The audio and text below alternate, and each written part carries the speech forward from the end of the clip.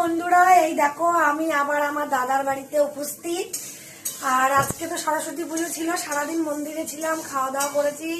এই যে আমার সুন্দরী বৌদি আর এই যে আমার গোলমলু বৌদি। এবার রাতের মেনু এরাই বলবে।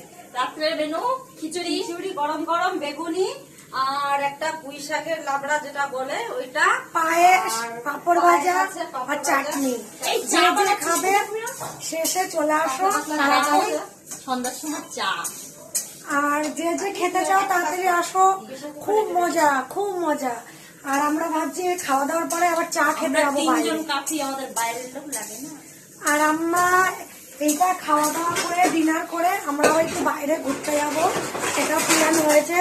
আর একটা দিদি ভাইও যাবে, সেটাও দেখাবো তোমাদের। বাই। কি করে যাবি? আমি তো জিন্স আর টপ পরে যাবো। তুই?